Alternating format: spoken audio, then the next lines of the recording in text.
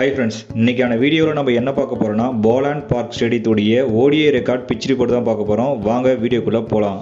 First இந்த ஸ்டேடியத்துடைய ODI record எப்படி இருக்குது அப்படின்னு பார்த்தலாம். இந்த ஸ்டேடியத்தில் மொத்தம் 15 ஓடிஐ மேட்ச் நடந்திருக்கு. அதில் சவுத் ஆப்பிரிக்கா 8 மேட்ச் வின் பண்ணியிருக்காங்க, விசிட்டர் டீம் 1 மேட்ச் வின் பண்ணியிருக்காங்க, நியூட்ரல் டீம் 5 மேட்ச் வின் பண்ணியிருக்காங்க.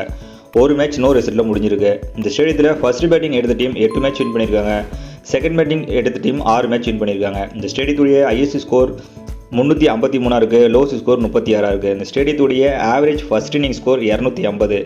இதே ஸ்டேடியத்தில் 278 ரன் அடித்து சேசிங்கில் வின் பண்ணியிருக்காங்க. அதே போல் 204 ரன் சேஸ் பண்ண முடியாமல் மேட்சை லாஸ் பண்ணியிருக்காங்க. அடுத்து இந்தியாவுடைய ஓடிஐ ரெக்கார்டு இந்த பிச்சில் எப்படி இருக்குது அப்படின்னு பார்த்தலாம். இந்தியா மொத்தம் 5 ஓடிஐ மேட்ச் இந்த பிச்சில் விளையாடிருக்காங்க. அதில் 2 மேட்ச் வின் பண்ணியிருக்காங்க, 2 மேட்ச் லாஸ் பண்ணியிருக்காங்க, ஒரு மேட்ச் டையில் முடிஞ்சிருக்கு.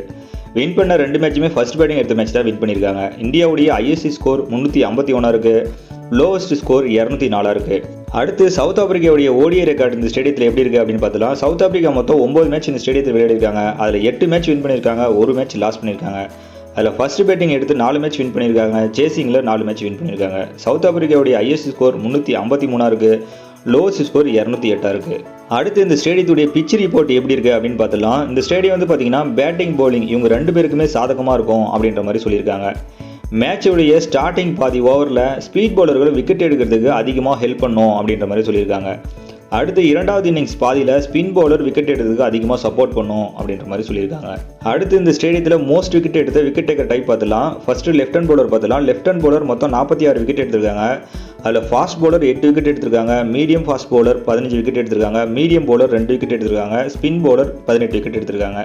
அடுத்து ரைட் ஹேண்ட் பவுலர் 155 விக்கெட் எடுத்திருக்காங்க. அதில் ஃபாஸ்ட் பவுலர் 36 விக்கெட் எடுத்திருக்காங்க, மீடியம் ஃபாஸ்ட் பவுலர் 57 விக்கெட் எடுத்திருக்காங்க, மீடியம் பவுலர் 20 விக்கெட் எடுத்திருக்காங்க, ஸ்பின் பவுலர் 39 விக்கெட் எடுத்திருக்காங்க. அடுத்து இந்த பிச்சில் லாஸ்ட்டாக நடந்த 2 ஓடிஐ மேட்சுடைய கம்பாரிசன் எப்படி இருக்குது அப்படின்னு பார்த்துடலாம். ஃபர்ஸ்ட் மேட்ச்சில் ஃபர்ஸ்ட் பேட்டிங் எடுத்த டீம் வின் பண்ணியிருக்காங்க. அதில் ஸ்பீட் பவுலர் 6 விக்கெட் எடுத்திருக்காங்க, ஸ்பின் பவுலர் 6 விக்கெட் எடுத்திருக்காங்க. செகண்ட் மேட்ச்சில் செகண்ட் பேட்டிங் எடுத்த டீம் வின் பண்ணியிருக்காங்க. அதில் ஸ்பீட் பவுலர் 4 விக்கெட் எடுத்திருக்காங்க, ஸ்பின் பவுலர் 5 விக்கெட் எடுத்திருக்காங்க. லாஸ்ட்டாக நடந்த 2 மேட்சுமே இந்தியா சவுத் ஆப்பிரிக்காவாக தான் நடந்திருக்கு. அது 2 மேட்சுமே வந்து பார்த்தீங்கன்னா சவுத் ஆப்பிரிக்கா தான் வின் பண்ணியிருக்காங்க. நீங்கள் ஒரு ட்ரீம் 11 பிளேயராக இருந்தால் உங்களுடைய டீம் எப்படி இருக்கலாம்னு பார்த்தீங்கன்னா பேட்டிங் வரிசையில் ஸ்டாண்ட் பண்ணி ஆடக்கூடிய பேட்டிங்கை செலக்ட் பண்ணி வச்சுக்கோங்க. அதே மாதிரி ஆல்ரவுண்டர் லிஸ்ட்டில் ஸ்பின் ஆல்ரவுண்டர், ஸ்பீட் ஆல்ரவுண்டர் இவங்க 2 பேருமே செலக்ட் பண்ணி வச்சுக்கோங்க.